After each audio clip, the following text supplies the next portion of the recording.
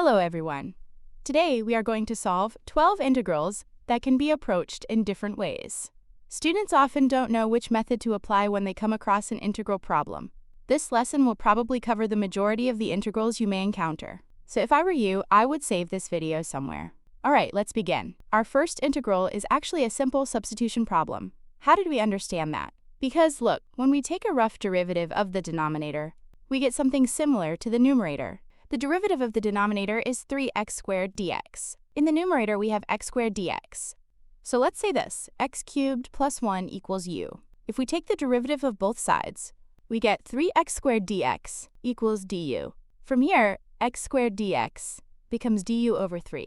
Alright, now let's rewrite everything properly. In the denominator, we have u, and I separated du over 3 as 1 over 3 times du. The constant 1 over 3 comes outside the integral. This is already a well-known integral. We get natural log of u over 3. Replacing u with x cubed plus 1, the result becomes natural log of x cubed plus 1 over 3 plus c. That's it. Alright, let's move on to the second integral. We have dx, divided by the square root of 9 minus x squared. When you look at the denominator, doesn't Pythagoras' theorem immediately come to mind? Let's draw a right triangle. One leg is x, and the hypotenuse is 3 units. Then what's left for the other leg? Square root of 9 minus x squared. Let's call this angle alpha. Then, sine alpha is opposite over hypotenuse, which is x over 3. If we move the 3 to the other side, we get x equals 3 sine alpha. Then dx becomes 3 cosine alpha d alpha. Alright, now I have everything I need to rewrite the integral. I replaced dx with 3 cosine alpha d alpha and x with 3 sine alpha, and this is what we get. Looks even worse than before, doesn't it? The original looked shorter, but we can simplify it right away. For example, let's take 9 outside. In the square root, we get 9 times 1 minus sine squared alpha. You know this means. It's cosine squared alpha. So now in the denominator, we have 9 cosine squared alpha. The square root of that is 3 cosine alpha. Now both the numerator and denominator contain 3 cosine alpha, and they cancel each other. We are left only with d alpha. That integrates directly to alpha plus c. Alright, but what is alpha? Look, we said sine alpha equals x over 3. If you swap alpha and x over 3, you get the arcsine function. So the answer is arcsine of x over 3. Alright, that was the second one. Now let's move on to the third integral. We have the integral of x plus 5 divided by x squared plus 4x plus 3. For this type of integral, we use the method of factorization. The roots of the equation x squared plus 4x plus 3 are -1 and -3. So I can write the denominator of this integral as x plus 1 times x plus 3. Now I can split this fraction into two parts, a over x plus 1 and b over x plus 3. If the denominators are the same, so the numerators must also be same. If we rearrange this equation a bit, we get a plus b equals 1 and 3a plus b equals 5. Solving this is very easy. A equals 2 and b equals -1. So we can rewrite our expression like this. Okay, now let's erase the top part. We don't need it anymore. Everything in this equation can be placed back inside the integral. Taking this out of the integral is very simple. For the first part, we write 2 natural log of x plus 1. For the second part, we write negative natural log of x plus 3. Yes, that's the value of the integral. We did a lot of steps. I hope it's clear. Now let's take a look at the fourth integral. Our fourth integral is x times natural log of x. Which method are we going to apply here? Look, inside the integral, we actually have two different functions. One is x, the other is natural log of x. In such cases, integration by parts usually works perfectly. So what was integration by parts? It had this formula. One day, I'm planning to explain its proof as well. It's not very difficult, but let's not make things longer now. The most important part of integration by parts lies in choosing u and dv correctly.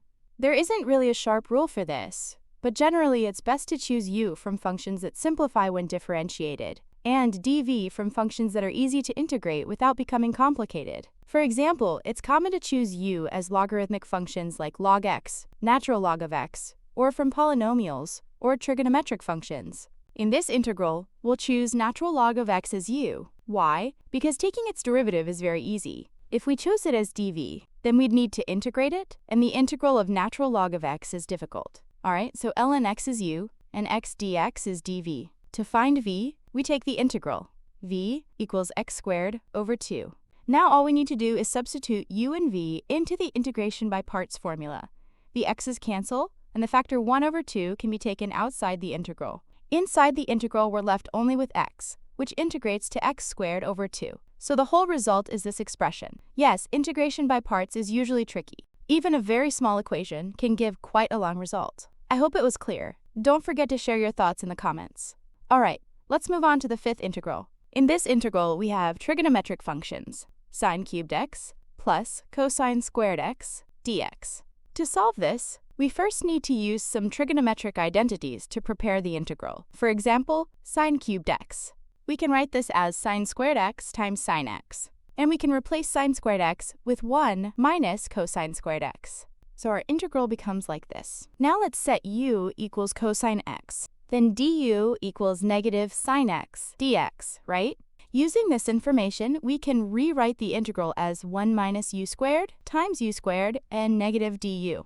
If you expand the parentheses, you get negative integral of u squared minus u to the fourth du. This integral is very easy, isn't it? U to the fourth is positive, so it becomes u to the fifth over 5. U squared is negative, so it becomes minus u cubed over 3. Finally, replacing u with cosine x, we find the result of the integral like this. Alright, that's nice.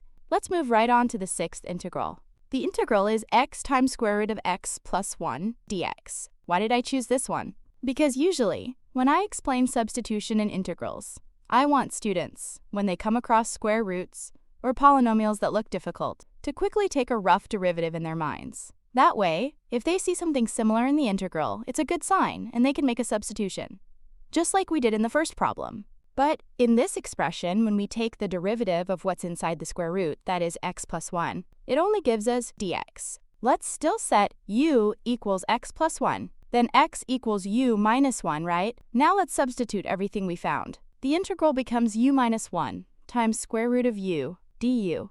If you distribute the square root of u inside and adjust the exponents, the new integral looks like this. From here, it's easy. Increase the exponent by 1 and divide by the new power. Finally, replace u with x plus 1. Yes, that's the result of the integral. I hope it was clear.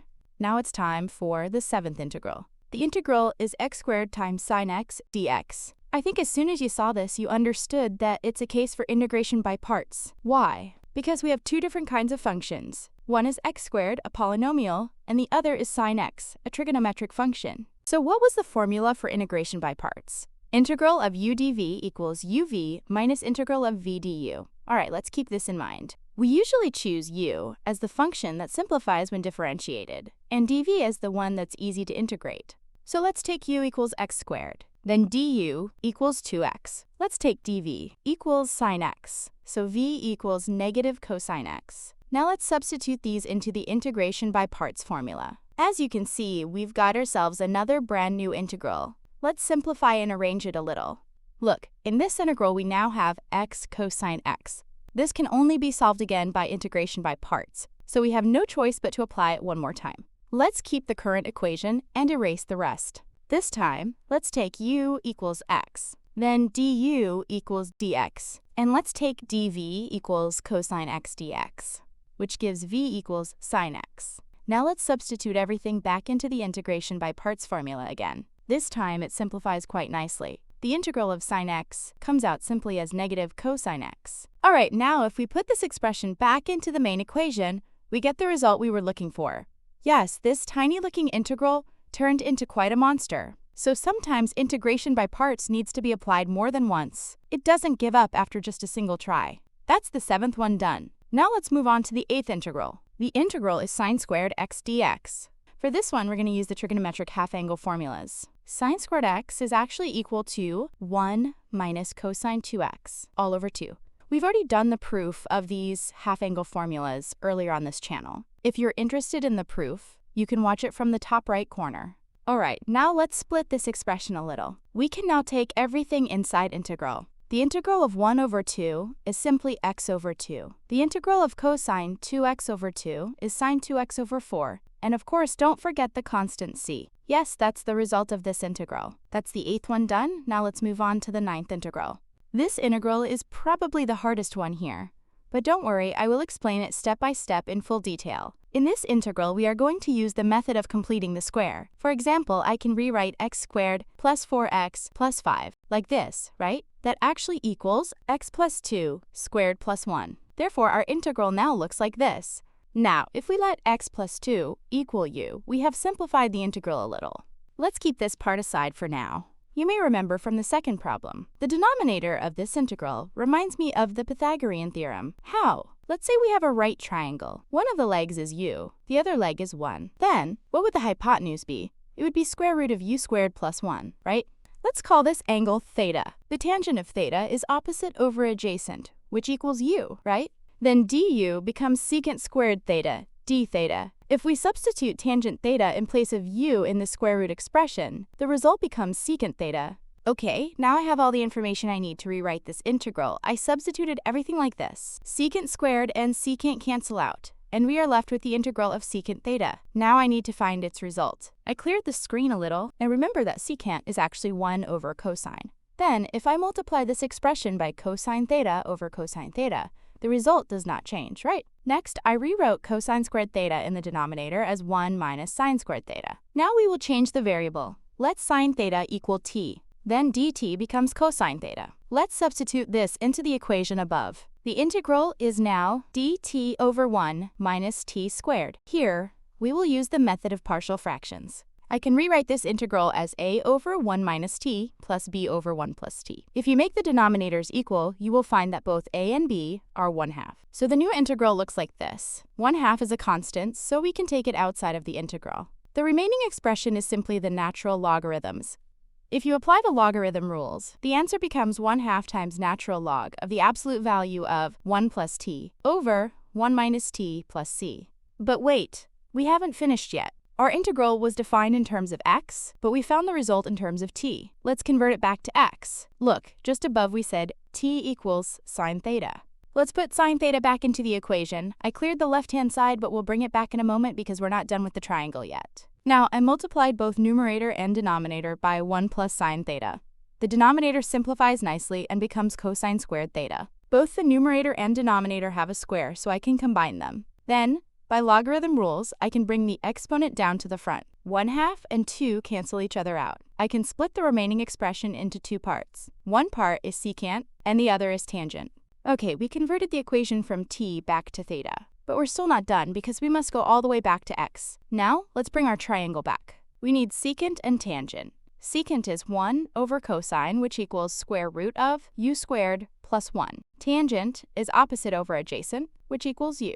Now, at the very beginning of the problem, we said u equals x plus 2. If you substitute x plus 2 in place of u, you'll find that the result of the integral becomes this really complicated expression. Yes, this was definitely not an easy integral, and we explained it in full detail. All right, let's move on to the 10th integral, natural log of x squared plus 1. How should we approach this? Actually, this is also a problem of integration by parts. Earlier, we said that the hallmark of integration by parts is when the integral contains 2 different kinds of functions. But here we only see one function, and still, we will apply integration by parts. Let's bring the formula for integration by parts here on the right side, and keep it in mind. We will prove it one day, so don't worry, it will make more sense later. Now I need u and dv. I chose u as natural log of x squared plus 1, and dv as dx. Then du becomes 2x over x squared plus 1 dx, and v becomes x. Let's substitute these values into the integration by parts formula.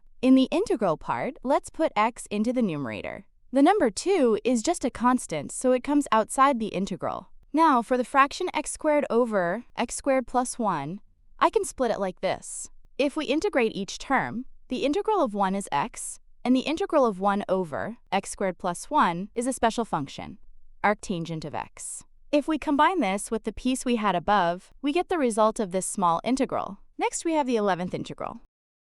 Since the degrees are equal here, we are going to do polynomial division. We can rewrite this equation like this. Now, let's split the second part into partial fractions. A over x plus bx plus c over x squared plus 1. If the denominators are equal, then the numerators must also be equal, right? Now, let's arrange this expression so that terms of the same degree are grouped together.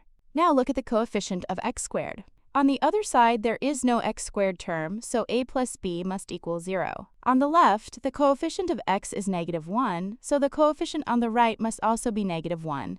That means c equals -1. On the right-hand side, the constant term is a, and on the left-hand side, it is 1, so a is 1. That makes b equal to -1. Now let's substitute these values into the partial fractions and take the integral of each term. The integral of 1 over x is natural log of x. The integral of x over x squared plus 1 is 1/2 natural log of x squared plus 1. The other expression we have already seen before. That one is arctangent of x. But all of this we just wrote is actually the integral of only the second part. Look, there is also a 1 here. Let's add its integral as well. And don't forget the constant term. Yes, this is the answer to the 11th integral. Now let's move on to the 12th and final integral.